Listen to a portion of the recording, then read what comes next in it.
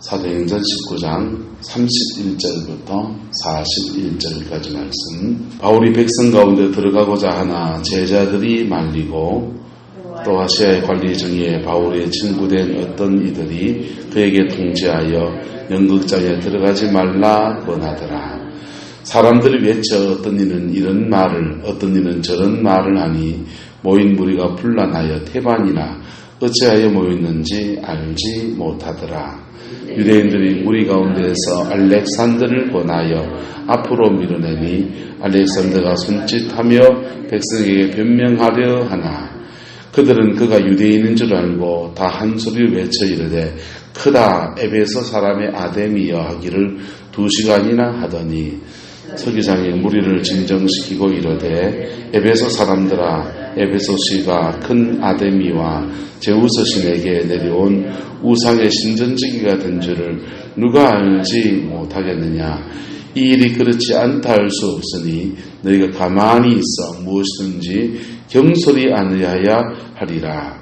신전의 물건을 도둑질하지도 아니하였고 우리 여신을 비방하지도 아니한 이 사람들을 너희가 붙잡아 왔으니 만일 데메드리오와 그와 함께 있는 직공들이 누구에게 고발할 것이시면 재판날도 있고 총독들도 있으니 피차 고소할 것이요 만일 그 외에 무엇을 원하면 정식으로 민회에서 결정할지니라. 오늘 아무 까닭도 없는 이 일에 우리가 소요사건으로 책망받을 만한 위험이 있고 우리는 이 불법 집회에 관하여 보고할 자료가 없다 하고 이에 그 모임을 흩어지게 하니라. 아멘. 복음이 전파되는 여정 안에서 불신자지만은 관리들의 역할들이 있습니다. 그런데 때로는 빌립보성에서는 이 관리들이 사도 바울이 억울하게 매질을 했습니까? 안 했습니까? 했지요. 또는요, 예수님이 십자가에 죽으실 때 빌라도는 관리로서의 책무를 감당했습니까? 안 했습니까? 제대로 감당한 것이 아니지요. 그렇게 복음이 전파되는 속에서 관리들이 역할이 있는데 그 중에 이분들이 공정한 재판을 하는 것, 그 다음에 어떤 감정적인 충돌이 날 때 이성을 잃지 않는 것, 이것이 굉장히 이분들에게 중요한 부분이었습니다. 그것이 군중들이 모였는데 처음에는 주도한 사람 뭐 때문에 주도했다고요? 주도한 사람들은 돈 때문에 주도했고 그 다음에 모인 군중들은요 군중 심리에 모여가지고 뭐 때문에 그러고 있는지도 모르고 그냥 이런 말도 저런 말도 하면서 그렇게 모여 있는 것이지요. 그리고는 모인 사람들이 외치기를 시작했는데 뭐라고 외쳤냐 하면 34절에 보면요 에베소 사람의 아데미여 하면서 2시간 동안이나 외쳐들기 시작합니다. 선능 구하가는 못 살겠다 자유당시 못 살겠다 가라보자 못 살겠다 가라보자 이게 구호 하나가 군중을 그냥 압도해 버리게 되는데 에베소에서는 이제 에베소 사람의 아데미여 하면서 이렇게 크게 외치고 있는 겁니다. 감정적인 그냥 확 하나의 일치가 일어나면서 사람들이 막 외쳐대면서 데모가 지금 하고 있는 것입니다. 우리는 지금 하고 있습니까? 사지 않겠습니다. 가지 않겠습니다. 노를 이제 동그라미 일본 국기를 넣어가지고 노 이렇게 해가지고 가지 않겠습니다. 사지 않겠습니다. 일제불매 이런 얘기들 이렇게 선동적인 구호들을 내세우면서 외쳐대고 있습니다. 그런데 이럴 때에 이 서기장 35절 서기장이라는 사람이 등장합니다. 에베소 시가 총독이 다스리지 않고 아마 서기장이 지금 다스리고 있는가 봐요. 근데 에베소는 지금 어떤 상황이냐면 로마의 식민지 상황이에요. 식민지 상황에 지금 서기장이 있는데 서기장이 사람들을 진정을 시킵니다. 35절에 보면 에베소 사람들아 에베소시가 큰 아데미와 제우스에게서 내려온 우상의 신전지기가 된 줄을 누가 알지 못하겠느냐 하면서 그들의 말을 인정해 주고 있습니다.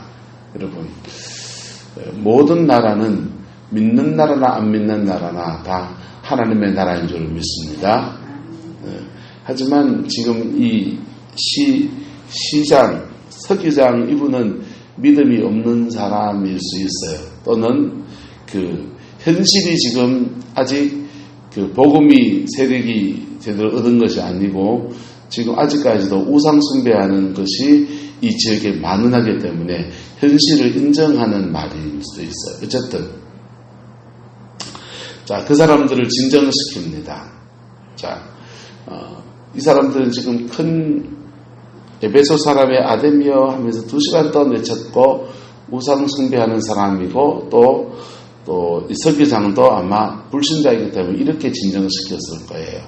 근데 우리가 만약 예수 믿는 사람이라면 어떻게 진정시킬 수 있겠습니까? 네, 따라서 지혜를 구해야 합니다. 그때 지혜를 구해야 돼요. 하나님은 어쨌든 군중 심리들이 막 벌떼같이 일어나는 것을 서기장을 통해서 진정시켜 줬어요.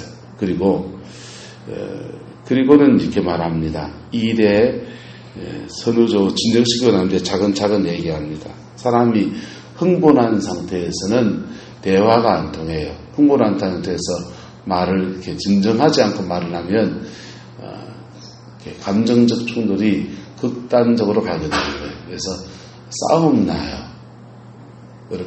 여러분이 흥분했는데 서든 이렇고 눈은 이렇고 말하면 귀에 들립니까 안 들립니까? 김원조 고사님 들리십니까?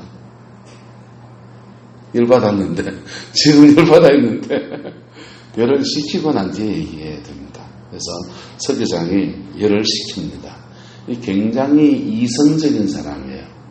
저는 어제도 말씀드렸지만 어떤 위기 상황이나 아주 급박한 상황이나 이래 되면 감정적이 되지 않으려고 노력합니다. 이성적인 판단을 하려고 합니다.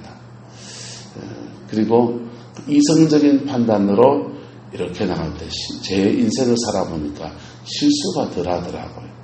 사람은 저도 감정적인 게 있거든요. 근데 감정적인 게 있는데 감정을 가지고 써야 될 때가 있어요. 여러분, 감정을 어디 써야 되느냐? 따라서 은혜 받을 때, 기쁠 때, 슬플 때, 이럴 때 여러분의 감정 확 열고서 주를 받아들이고 그렇게 은혜를 받기를 축복합니다. 교회에서 신앙생활 이렇게 하면서 굉장히 이성적인 분이 있어요. 합리적인 사고를 하는 분들은 뭐가 잘 안 믿어지느냐? 성경이 나오는 기적이 잘 안 믿어집니다. 동정녀 마리아의 탄생했다. 또 예수님 무리를 걸었다. 죽은 자를 살렸다. 하나님이 천지를 창조하셨다. 이런 것들이 이 과학적으로 어떻게 맞냐? 저는 공학을 했어요. 그래서 공학을 했는데 저는 예수 믿기 전에 이거 믿고 난 뒤에 공학을 했기 때문에 이게 하나도 어려움이 없어요. 그런데 공학을 한 자연과학을 전공한 제 친구들을 이렇게 만나서 이렇게 예수 복음을 전하면 이분들이 그거 어떻게 믿으시냐? 말이 되는 얘기냐? 이런 얘기를 해요. 그럴 수 있을까요? 없을까요? 그럴 수 있죠. 사람은 지정의를 가지고 있습니다.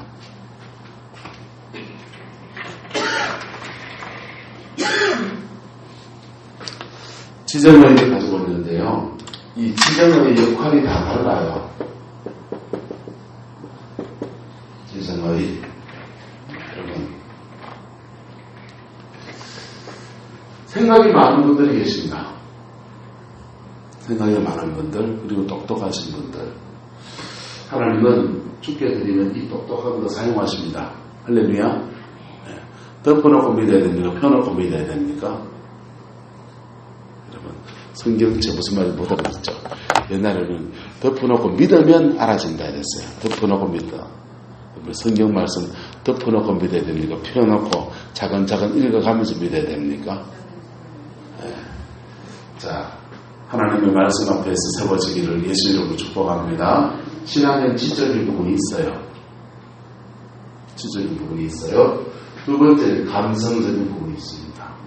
감성적인 부분들. 여자분들은 주로 감성적이고요.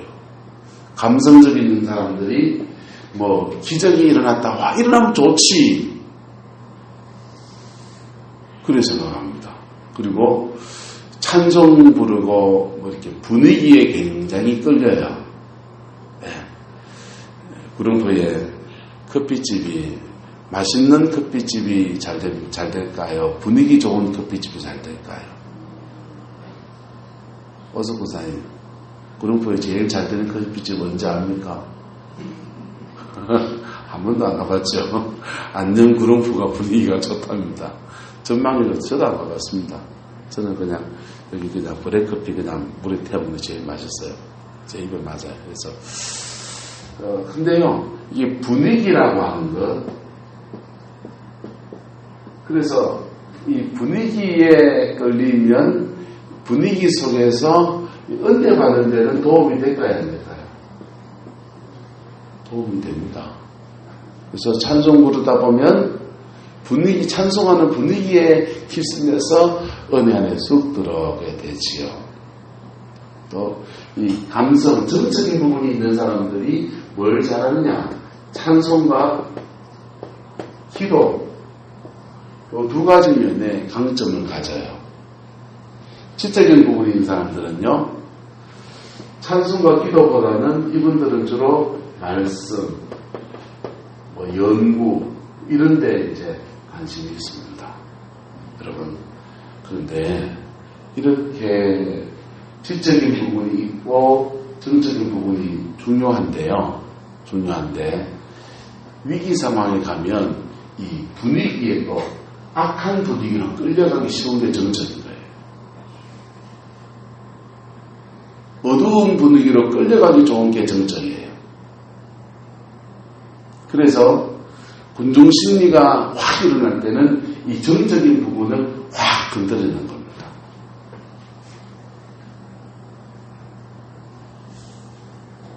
그래서 여러분, 냉전시대가 지금 끝났어요. 소련이 해체되고요.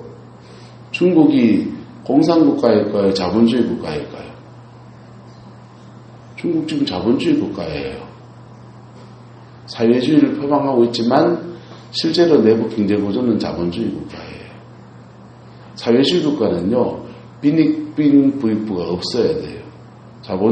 사회주의 국가는 능력껏 일하고 필요를 따라 나누어주는 거예요. 무상교육, 무상복지가 돼야 돼요. 근데요, 전 세계에서 빈부격차가 제일 심한 나라 중에 나라가 두 나라가 있는데, 하나는 북한, 하나는 중국이에요. 둘 다 사회주의 국가가 아니에요. 사회주의를 표방한 아주 못된 봉건국가입니다.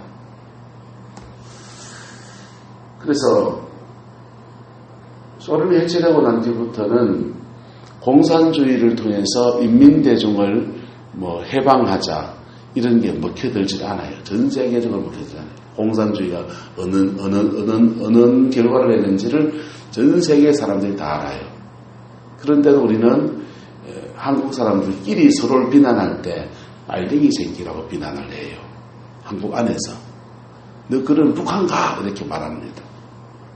근데 그 이성적일까요? 감정적인가요? 그 감정적인 거예요. 6.25 전쟁을 거치면서 빨갱이들한테 그렇게 당했던 그런 그 아픔을 확 건드리면서 그냥 감정적인, 똑같이 지금 일본 제품에 대해서 불매운동을 펼치고 있는데, 일본하고 지금 협상해야 된다. 지금 그러다가 큰일 난다. 이렇게 말하는 사람들을 향해서 토착외구라고 그렇게 얘기해요. 친일파 새끼 이렇게 얘기해요. 그것도 역시 감정적이에요. 감정적인 것으로 가면요, 일본하고 한국하고 감정적인 거 하시면 한일전 경기하는 걸 끝내요. 감정적인 걸로 가면 누가 더 먼저 하십니까? 문재인 대통령이, 좀 정치 얘기하면 별로 안 좋아하는데, 문재인 대통령이 일본하고 우리하고 싸우면 일본이 더 많은 피해를 볼 것이다 그랬어요. 맞아요. 더 많은 피해 볼 수 있어요. 저는 경제를, 산업 구조를 정확하게 다 모르니까 더 많은 피해를 볼 수 있을 수 있어요. 그런데요, 한국하고 일본이 둘 다 승자가 되지 못할 수 있습니다. 중국으로 미국이 하웨이 기술이요, 삼성보다 5G 폰은 1년 정도 앞서 있어요. 5G는요, 하웨이가 이미 시제품 만들어서 이렇게 시험 테스트가 다 끝났었고요. 삼성은 그때 막 물건이 나오고 있을 때예요. 근데 5G까지 또 AI까지 중국이 먹으면 큰일 나겠다고 싶었는지 미국 트럼프 대통령이 미중 무역 분쟁에 일으킨 겁니다. 그리고 스톱시켜 놓은 거예요. 메모리 반도체 대만 기술이 우리나라 기술에 거의 한 3분의 2, 4분의 3 정도 다 있어요. 대만 기술을 가지고 중국에 공장을 지었어요. TSMC라고 하는. 근데 대만 기술이, 대만 자본이 중국에 들어가, 대만 기술이 중국에 들어가서 메모리 반도체 공장을 지었는데, 그것을 마이크론 기술을 사용했다고 해서, 미국의 마이크론 기술을 사용했다고 해서 미국에서 장비 수출을 금지시켰어요. 그 공장을 문 닫았어요. 반도체가 중국으로 넘어가는 것을 미국이 카트시켜 놓은 거예요. 카트시켜 놓는다고 영원히 카트가 될까요? 넘어가는 속도를 늦춰놓은 거라고요. 산업구조는 유럽에서 미국으로, 미국에서 일본으로, 일본에서 한국으로, 한국에서 중국으로, 중국에서 베트남으로 계속 넘어가요. 경공업부터 옷 만드는 것부터 넘어가기 시작해가지고, 그 다음에 신발 만드는 거 넘어가고요, 그 다음 중공업 넘어가고요, 철강, 조선, 자동차 다 계속 넘어가고 있어요. 우리는 지금 넘어가고 있는 과정에 존재하고 있다고요. 반도체가 넘어가는 타이밍을 중국이 브레이크를 딱 잡아놓은 거예요. 미국이. 예. 반도체는 미국 특허 없으면 못 만들어요. 반도체 원천 특허는 다 미국이 쥐고 있어요. 근데 그걸 이제 한국하고 일본이 싸워요. 불화서 서로 우리가 만든다, 뭐 만들었다 그러는데요. 만드는 장비는 대부분 일본 제고요. 만드는 기술은 미국 특허를 쓰고 사용하고 있는 거예요. 그래서 우리가 일본하고 막 싸워서 뭐 소재를 국산화했습니다. 근데 2, 3년 걸려요. 소재 국산화가. 그 과정에요. 중국에 기회가 주어져요. 일본하고 한국하고 싸운 사이에 어부지를 누가 이겨야 됩니까? 중국이 반도체, 이 기회를 잡아서 다시 반도체 공장을 가동하고요. 기술 개발해서 중국에서 이것을 할 수 있어요. 또는 베트남이 할 수도 있어요. 그래서 저는 이성적이 되어야 생각합니다. 감정적인 부분은 분위기에 걸려요. 좀 냉정해져야 됩니다. 그래서 감정적인 부분은 필요한 부분이 있습니다. 필요할 때 쓰면 돼요. 굉장히 이성적이 돼야 돼요. 그런데 이 두 가지, 이게 맞느냐, 정치적인 게 맞느냐, 정적인 게 맞느냐 하다가 놓치는 게 있는데, 결국은 의지의 문제입니다. 결국은 뭐의 문제라고요? 결국은 의지의 문제입니다. 의지가 문제는 뭡니까? 행동입니다. 죄를 막 짓는데 감정적인지 지적인지 무슨 소용이 있습니까? 맞습니까? 맞습니까? 스스로 상처를 받고 상처 속에서 그래서 머물러 있는데 난 지적이다, 감정적이다 무슨 소용이 있습니까? 아무 일도 안 하고 게으름을 막 피우고 있는데 나는 지적이다, 나는 정적이다 무슨 소용이 있습니까? 하나님 앞에서 우리에게 심판이 떨어지는 결국은 이 의지의 문제예요. 동의하십니까? 은혜를 받는 통로는 이 두 가지예요. 정적인 것과 지적인 겁니다. 하나님 말씀을 읽을 때 우리를 깨우쳐 주시면서 하나님의 터치를 받을 수 있습니다. 찬송하고 기도하면서 하나님의 도우심도 받을 수 있고요. 하나님의 임재를 느끼기도 하고요. 정적인 부분들은 사람이 잘 느껴요. 성령이 손에 임했다, 머리에 임했다, 발에 임했다, 잘 느껴요. 뭐가 보인다, 들린다, 잘 느껴요. 잘 느끼면 뭐합니까? 죄 짓고 사는데. 잘 느끼는데 죄 짓고 살면 자꾸 뭐가 꼬입니까? 그 정적인 부분, 기도 생활에 사단이 꼬여요. 마귀가 꼬여서 그의 기도가 휘게 만듭니다. 교회를 다니는데 사실은 그 기도 중에 무속의 영을 받을 수 있어요. 은사가 나타날 수 있습니다. 성령이 주는 은사가 아닌 무속의 영이 주는 장군보살들이 행하는 그 은사가 와서 똑같은 역사를 일으키는 것 같은데 쫙 주는 거예요. 하나님의 영은 결국은 지적이든지 정적이든지 우리를 거룩으로 이끕니다. 할렐루야. 거룩으로 이끕니다. 그래서 나는 지적이다 이런 분들은요. 뭘 잘 탐구하면 되느냐. 성경 잘 읽어보시고 기적이 안 믿어도 좋습니다. 기적이 안 믿어도 좋습니다. 기적이 안 믿어지면 뭘 잘 보시면 됩니다. 역사를 보세요. 역사. 개인의 역사든지 민족의 역사든지 역사를 자세히 보세요. 역사를 자세히 보면요. 사람들이 하나님은요. 말씀을 통해서 은혜를 줬든지 찬송 부르다가 은혜를 줬든지 기도하다가 은혜를 줬든지 결국은 십자가의 것이거든요. 그리고 우리를 죄와 상처에서 극복하는 은혜를 주시면서 거룩하게 하십니다. 옆 사람 축복합시다. 거룩합시다. 그래서 하나님의 뜻은요.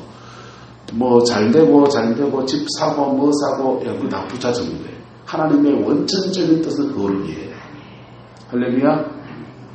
그래서 역사를 자세히 보세요. 개인의 역사. 여러분 사돈의 8천부터 한번 쭉 뽑혀놓고 한번 보세요.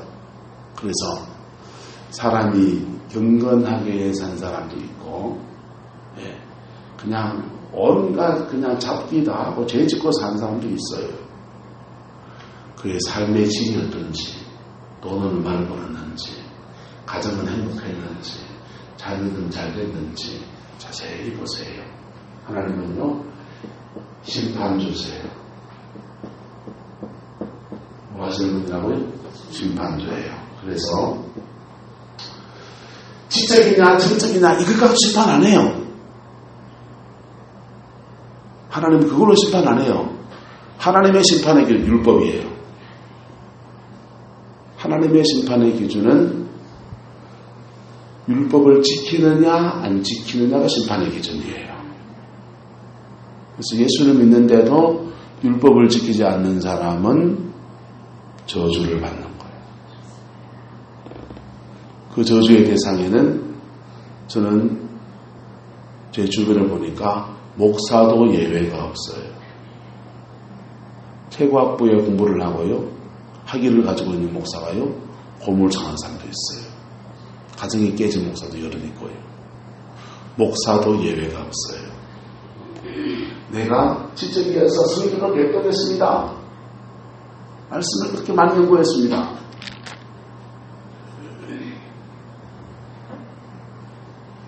별로 소용이 없어요. 난 정적에서 찬송을 잘합니다. 기타를 잘 치고 찬송을 잘합니다. 별로 소용이 없어요.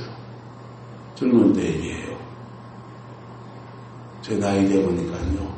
기타 잘 치는 신학 친구들요. 목회 못하는 사람도 대반이에요. 찬송 잘했던 친구들요. 성대 결절을 하면 결국은 뭐가 남느냐? 의지입니다. 결국은 우리 행동이, 우리의 언어 생활이, 우리가 사람들을 대하는 태도가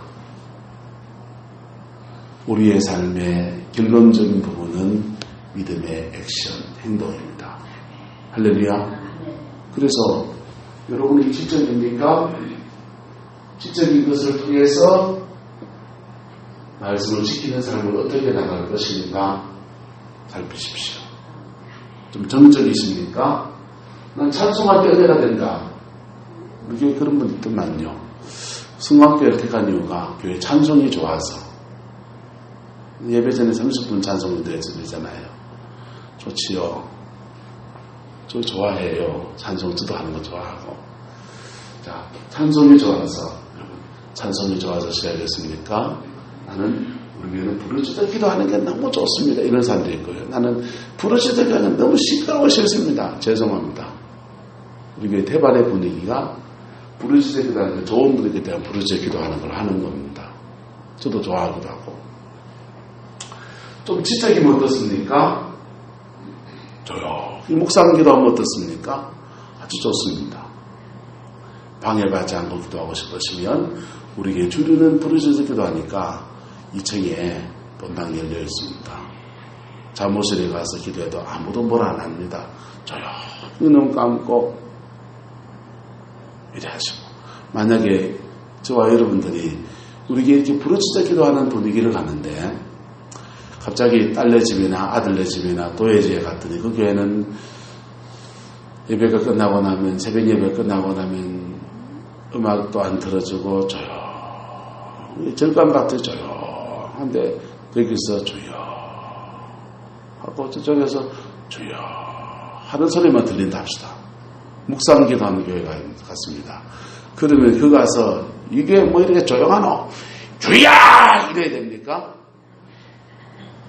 분위기를 맞춰서 조용히 주여 하면서 여러분의 생각으로 묵상으로 하는 게 올리며 나아갈 수 있길 축복합니다. 그게 아니면 혹시 물어보세요. 여기 딴방 없습니까? 빈방 가서 막 방언 기도를 쉐리 하든지 주여 하든지 죽여 하든지 누가 뭐라 하지 않습니다. 할렐루야. 그 신앙의 덕의 문제예요. 할렐루야. 근데 지적이든지 정적이든지 관계없이 마지막은 뭐지? 그 지성을 가지고 말씀을 두고 사느냐 안 사느냐의 문제입니다.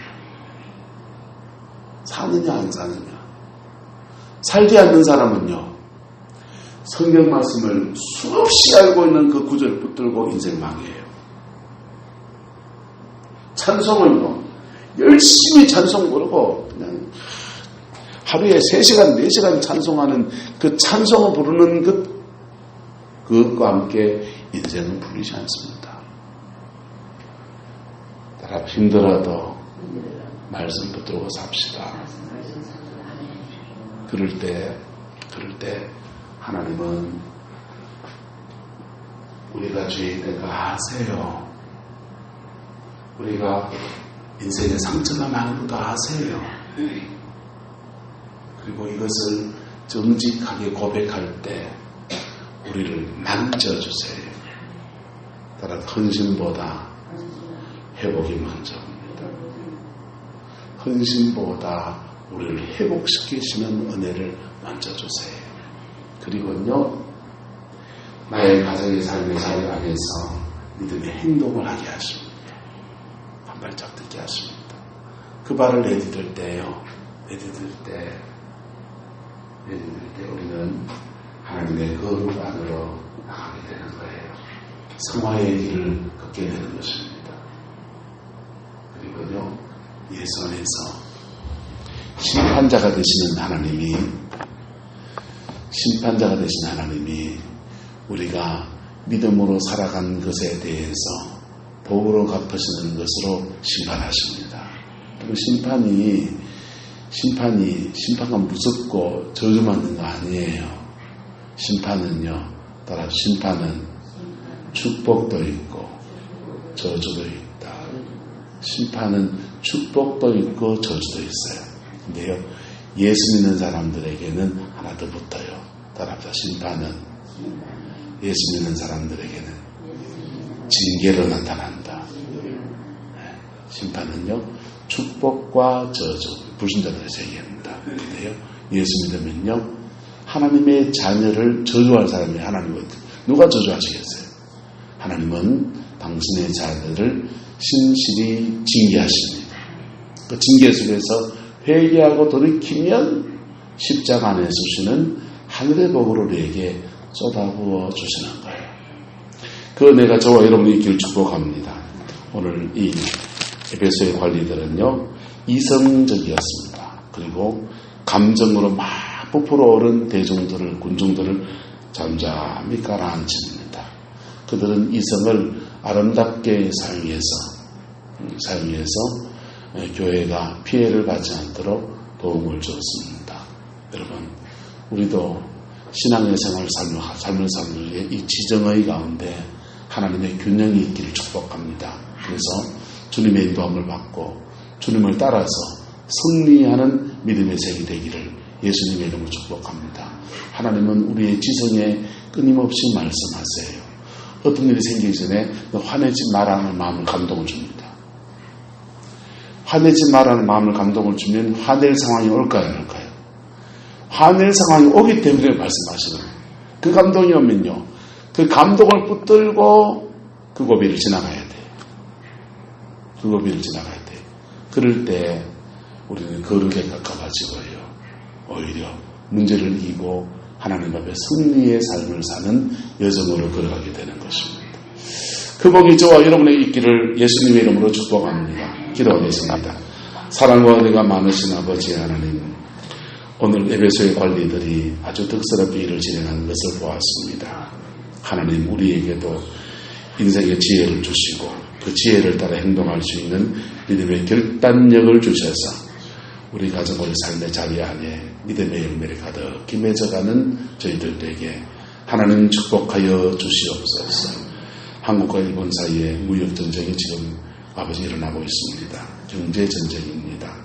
하나님, 크게 볼 수 있는 안목을 지도자들에게 피차에 허락해 주셔서 아버지 하나님, 양국 간에 복이 되어지게 하나님 축복하여 주시고 주의 선하심으로 인도하여 주시옵소서. 여호와께서 함께해 주시기 원합니다. 예수님 이름으로 축복하며 기도드리옵나이다. 아멘.